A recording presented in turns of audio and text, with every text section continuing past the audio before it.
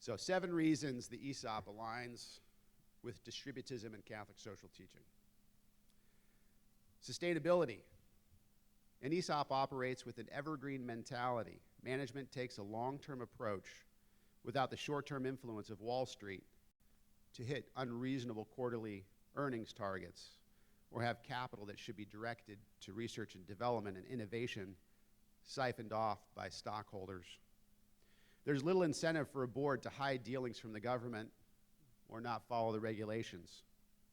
Implementation of an ESOP has the power to improve overall business structure so as to maintain healthy industries, companies which are able to offer steady employment while contributing to the economy long term.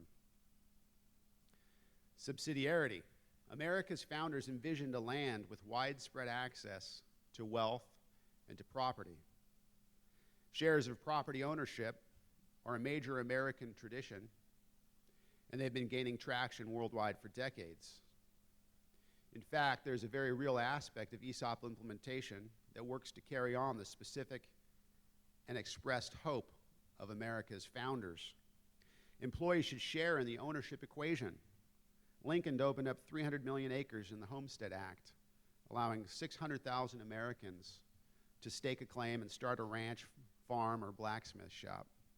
This brought tremendous economic prosperity to the United States. An ownership culture is powerful. A trucking company saved 350 grand on brake repairs in their first year of being an ESOP because the drivers were now driving their own trucks. Nobody washes their rental car.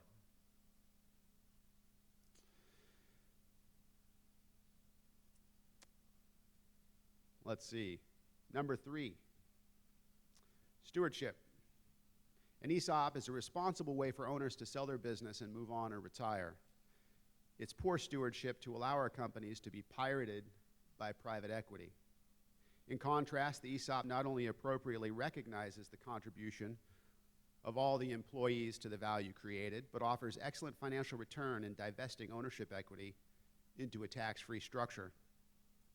Many family entrepreneurs use ESOPs to sell their ownership to the employees and managers who help build the companies when they retire. A sale to the employees living in an area protects the jobs and wealth of the employees, benefits the local community, and allows the entrepreneurs who built the business to cash out on their equity interests and enjoy a well-deserved retirement. Approximately 50% of typical private equity transactions end up meeting the deal's financial objectives.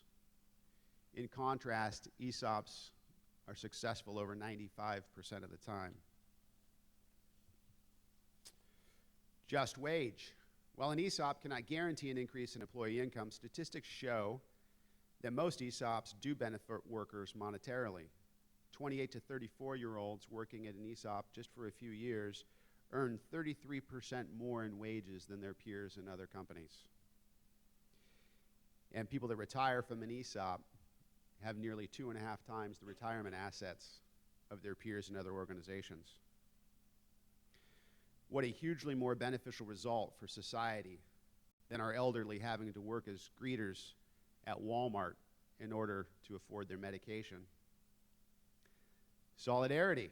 Because of its effectiveness, efficiency, and fairness, writers and thinkers representing a wide spectrum of political convictions and philosophical and religious beliefs stand ready to endorse the role of ESOPs in today's economy. ESOPs constitute an economic policy with the potential to bring members of our two-party system into closer harmony.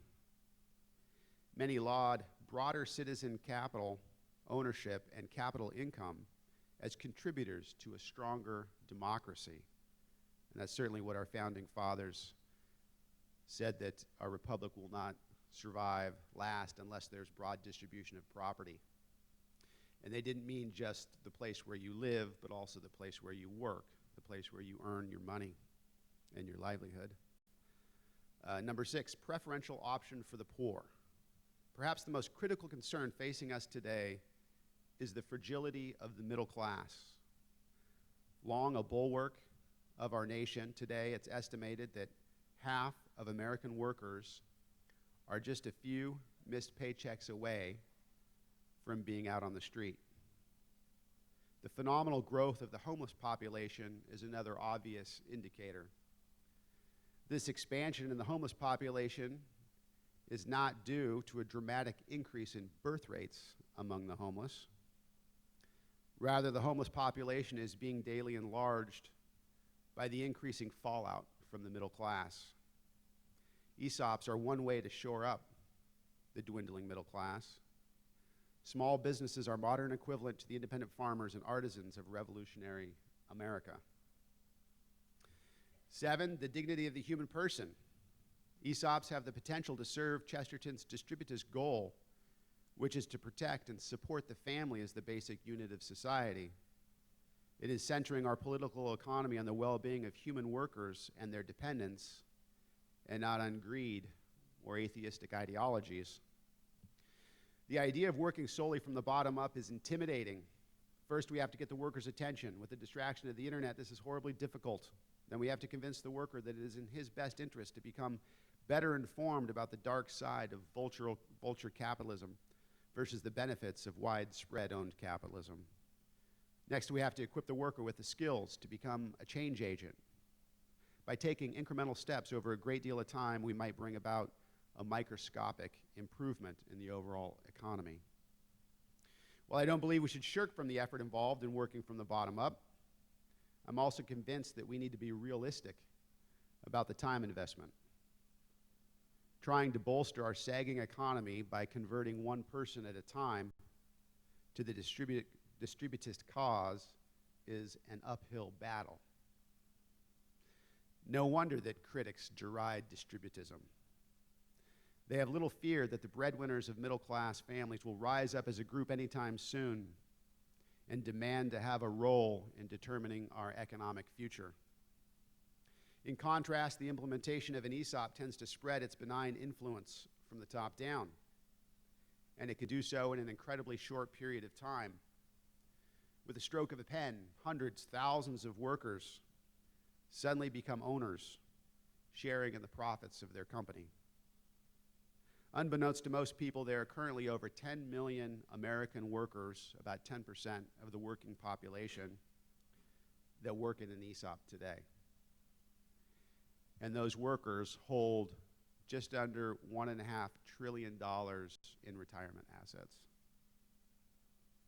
These worker owners are the new middle class of America. They are more keenly aware of their company mission to provide valuable products and services that meet authentic human needs, and they operate in an environment designed for true human flourishing. They are aware of and embrace the responsibilities that come with ownership. They're ready to become more informed, take on leadership roles, offer suggestions, act as mentors to their coworkers, redirect free riders, and implement new ideas in the workplace. It's not really all about the shareholders.